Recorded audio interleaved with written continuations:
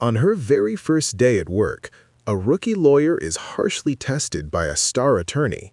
But by accident, she also witnesses that star lawyer's husband cheating on her with another woman.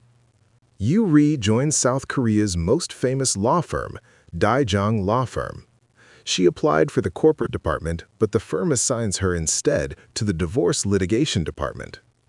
The lawyer who receives her is Attorney Kwon, who congratulates her on joining Attorney Cha's Ain-kyung's team. His exaggerated tone leaves Yoo-ri confused. She doesn't understand who Cha Ain-kyung is. Suddenly, people shout her name. Yoo-ri turns around and sees a sharply dressed woman walking briskly into the office. All employees bow in greeting. Her overwhelming presence shocks Yoo-ri. Yoo-ri then remembers she once had a brief encounter with this famous star lawyer. Cha Ain-kyung had given a lecture at her law school. Back then, Yoo-ri answered a question as a student. Ain-kyung commented that Yoo-ri only knew how to recite legal provisions and was even less creative than an AI. While waiting to speak with Ain-kyung, Yoo-ri sees a man barge into her office. The man angrily questions Ain-kyung. As his lawyer, why did she allow half of his assets to be given to a wife who stays at home, does nothing, and only takes care of the children? Ain-kyung responds calmly. She says the ruling is the judge's decision. If he feels wronged, he can appeal. And she tells him not to speak to her in that tone.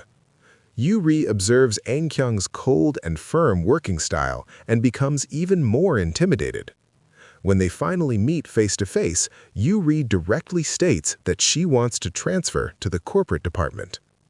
Ain-kyung had already been warned by colleagues that 3 new hires had quit this month and she should not be too harsh. So, she takes a compromise approach. She tells Yoo-ri that if she can win consecutive divorce cases, she will recommend her transfer to the representative partner. The conversation ends and In-kyung orders Yoo-ri to start work immediately. Soon, Attorney Kwon pushes over an entire cart of case files. Before Yoo-ri can react, In-kyung hands her a schedule. Court is tomorrow. She must meet the client immediately. Yoo-ri meets the client. The man is being sued for divorce by his wife on the grounds of adultery. Yoo-ri asks whether the situation is as his wife claims, that he is having an affair with a company employee. The client denies everything. He says his wife suffers from severe paranoia. She often goes to his workplace to cause trouble, humiliating him in front of employees. He adds that she even instructs her child to check his phone and demands his location whenever he goes out for dinner. The client looks humiliated and distressed. He says his wife is his first love. For the sake of family harmony, he hopes she will withdraw the lawsuit and maintain the marriage. Yoo-ri believes both the father and child. She promises the client that she will get the lawsuit dismissed. However, In-kyung scolds her for making such a promise. Even doctors cannot promise they will save a patient's life. As a lawyer, she must avoid absolute statements. Yoo-ri still trusts her judgment. She insists the client is definitely not cheating and that the lawsuit will be dismissed. In-kyung calmly replies that if a husband cheats, the wife will feel it.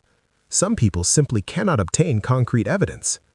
On the day of the trial, In-kyung reminds Yoo-ri on the way to court, if anything unexpected happens during the hearing, she must ask for time to respond before the next session. In court, Yoo-ri actively presents evidence, arguing that the client did not cheat and that it is the wife's paranoia that has caused the family's problems. She requests the court to dismiss the divorce lawsuit. Unexpectedly, the plaintiff's lawyer presents chat records between the client and a female employee. Several key words clearly suggest adult sexual solicitation. This evidence completely catches Yoo-ri off guard. She argues that the plaintiff may have fabricated the evidence. Immediately, the plaintiff's family angrily condemns her, accusing her of talking nonsense. They say no one knows how much suffering the wife has endured in this marriage. Yoo-ri feels embarrassed. Remembering In-kyung's instructions, she quickly tells the judge that she will submit a response before the next hearing. After the recess, Yoo-ri is confronted by the plaintiff's family, who grab her clothes, curse her, and even accuse her of being the client's mistress. On the way back, Eun Kyung confirmed her original judgment. From the client's behavior during his first visit, she already suspected he was having an affair. After the hearing, she is convinced the client cheated, but refused to take responsibility, even deceiving his own lawyer. If the plaintiff had not produced key evidence, the client would never have admitted anything. Eun Kyung instructs Yuri to persuade the client to admit the affair and settle through divorce.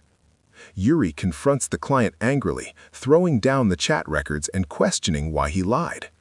The client instead blames everyone else for having dirty minds. He claims that SS meant sharing supper, not flirting. That CD was not a condom, but a company credit card. When Eun Kyung hears this explanation, she laughs uncontrollably, saying the client is even better at sophistry than lawyers. Yuri doubts whether the judge will believe such excuses. Eun Kyung tells her to proceed according to the client's narrative. Lawyers are ultimately in the service industry. Their duty is to protect the client's interests. At the second hearing, Yuri explains the so-called code words in the chats. She also submits a new audio recording proving that the wife suffers from paranoia. After the first hearing, Yuri overheard the wife and her family talking in the restroom. The wife suspected Yuri of having an affair with her husband. Yuri recorded the conversation on the spot. She then presents a second piece of evidence, a written statement from the couple's child explaining that the mother had instructed the child to monitor the father from a young age, causing constant psychological pressure. The plaintiff's lawyer counters by showing money transfers from the client to the child, accusing him of bribing the child to give false testimony. Yuri argues that this was simply a father giving allowance to his child. Eun Kyung watches Yuri's calm and logical performance and feels satisfied. The final witness is a company employee who testifies that the wife frequently came to the office to cause disturbances, disrupting work. The employee confirms that there was no inappropriate relationship between the client and the female subordinate. The second hearing concludes. All that remains is the verdict. As Yuri prepares to leave, the plaintiff's family confronts her again. She forcefully breaks free, believing she did nothing wrong. At that moment, she sees the wife scolding the child, accusing the child of writing the statement for 30 million won. Why would a child treat their own mother this way? Yuri is about to intervene when the client finally appears. He had been absent from court. Seeing the three together, the wife again accuses Yuri of having an affair with her husband. She insults Yuri, comparing her to a vending machine that spits out lies when fed money, ruining people's lives. Yuri retorts sharply, saying it is because the wife is so controlling that her family has left her. The child suddenly steps forward and stops the chaos. After enduring 20 years of arguments, the child says they are exhausted and want everything to end. As the child walks away, the wife collapses, completely breaking down. She cries that since the child was 5 years old, this was already the husband's 6th affair. She grabs her husband's trouser leg, begging him to agree to the divorce and let her go.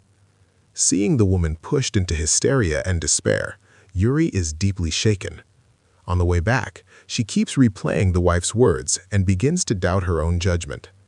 Soon, the verdict is delivered. Yuri calls the client to inform him of the outcome, but the phone is answered by another woman. Yuri clearly hears the woman call the client darling before handing him the phone. Yuri realizes she was wrong. She blindly trusted the client, helped him win the case, and in doing so, hurt a helpless woman. The judgment states, first, the plaintiff's request for divorce is dismissed. Second, all litigation costs are borne by the plaintiff. Eun Kyung hosts a celebration dinner with 2 lawyers to welcome Yuri, but Yuri feels deeply guilty, haunted by the wife's helpless expression. After the dinner, Eun Kyung returns to the office and considers resigning. She writes half of her resignation letter, then recalls attorney Kwon mentioning a mental healing center on the 16th floor. With a why not mindset, she goes there. What she never expects is to walk in on a passionate affair between a man and a woman. And the cheating man is none other than Eun Kyung's husband. Yuri is so shocked she covers her mouth and retreats. Suddenly, someone calls out to her from behind. She turns around, and realizes it is Eun-gyung herself. End of episode. Don't forget to like, comment, share with friends, and subscribe to the channel. I will be back with the rest of the story soon.